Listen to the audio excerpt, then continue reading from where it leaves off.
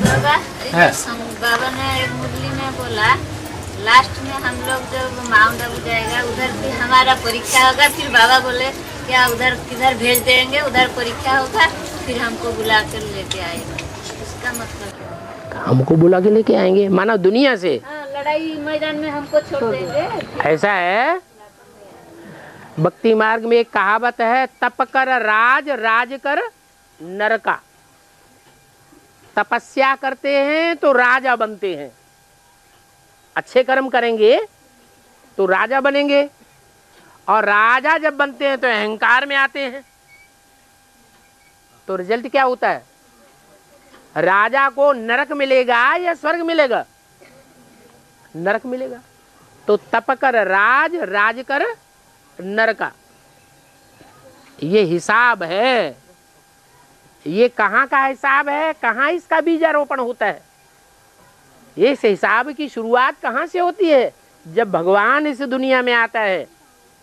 जब आता है तो उस दुनिया में आकर हम बच्चों को बताता है कि बच्चे, तुम जो ब्राह्मण हो, उन ब्राह्मणों का ओरिजिन स्थान, जहां से ब्राह्मणों की सृष्टि की शुरुआत हुई, वो है माउंट आबू, जहां ब्रह्मा का कार्य चलता है। वहां से ब्राह्मण शुरू हुए। वो ब्राह्मण जब संपन्न तपस्या की स्टेज पर पहुंचते हैं तो अपने को क्या समझते हैं? बिंदु आत्मा।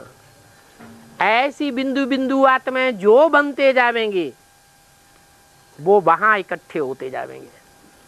सृष्टि के अंत काल में, महाविनाश के काल में। क्यों? क्योंकि वही एक ऐसा पहाड़ है दुनिया में जो एक ही ग्रेनाइट पत्थर का बना हुआ है। बहुत गहरा पत्थर है। षष्ठी रूपी रंगमंच पर बड़े से बड़े भूकंप आवेंगे तो वो नष्ट नहीं होगा। अंतिम चरम विनाश की सीमा को छोड़कर तब तो सारी दुनिया ध्वस्त हो जाएगी। लेकिन जो और भूकंप आते रहेंगे, ये एटम बम बने हैं, वो फटते रहेंगे शहर शहर में, जमीन हिलती रहेगी, लेकिन वहां बाल बांका नहीं होगा। दुनिया को इस बात का पता नहीं है। ऐसे ब्राह्मणों की जो संगठन रूपी सृष्टि है, वो एक प्रकार से इस दुनिया के बीच में भगवान का धाम बन जाता है। भगवान के धाम को कहेंगे साकार परम धाम। क्या कहेंगे? साकार। निराकार तो वो है जहां से आत्मा इस सृष्टि पर आ रही है, आती है, लेकिन जाती नहीं है। सांप को जाने का रास्ता भूल जाता है। तो दुनिया की आबादी बढ़ रही है, घट रही है? क्यों बढ़ रही है? ऊपर से नीचे आ रही है। मनुष्य की हिस्ट्री इस बात को जानती है कि दुनिया की आबादी बढ़ रही है, घट रही है? बढ़ रही। क्यों बढ़ रही है? अरे आत्माएं लगातार आ रही हैं, वापस जाने का किसी को रास्ता नहीं मालूम, इसलिए आबादी बढ़ रही है। तो वो हुआ निराकारी धाम। और इस सृष्टि पर भी होता है भगवान का धाम, माउंट आबू, जहां से ब्रह्मा की सृष्टि ब्राह्मण निकलते हैं।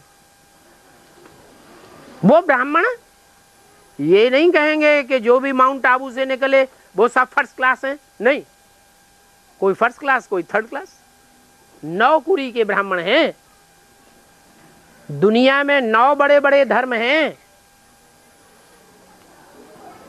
जो 9 धर्म भगवान को कुछ न कुछ मानते हैं।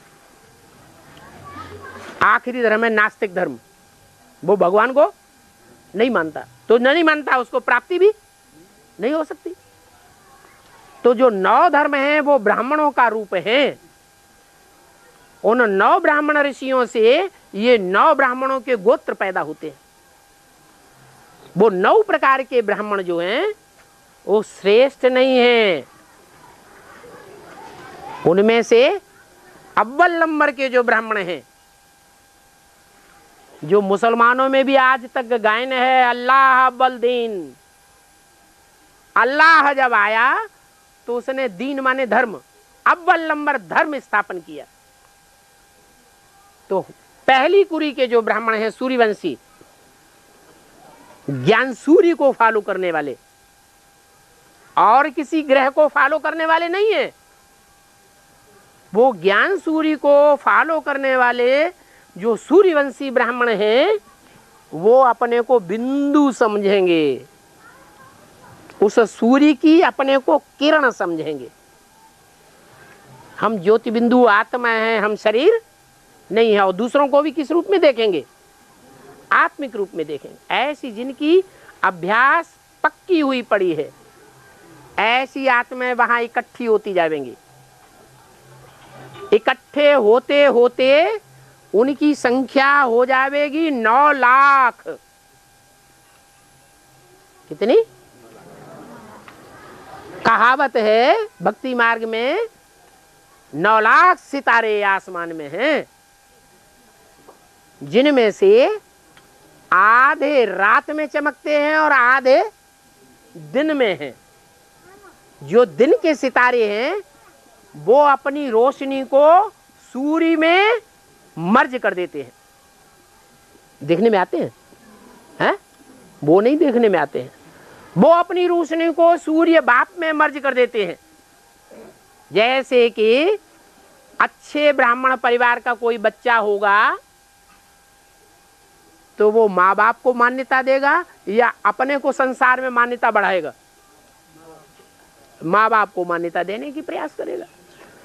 तो ऐसे ज्ञान सूर्य के जो बच्चे हैं, जो अपने अस्तित्व को नहीं सामने रखते हैं संसार के, लेकिन भगवान बाप को प्रत्यक्ष करने के पुरुषार्थ में रहते हैं, ऐसे बच्चे वहां जाकर इकट्ठे होंगे। कितने? संख्या कितनी बताई? 9 लाख सितारे। वो सितारे हैं आसमान के जड़ सितारे, और ये सितारे हैं धरती के चैतन्य सितारे। ये धरती के चैतन्य सितारे सब भगवान बाप के घर में इकट्ठे होंगे। साकार धाम, साकार होते हुए भी निराकारी स्टेज वालों का धाम।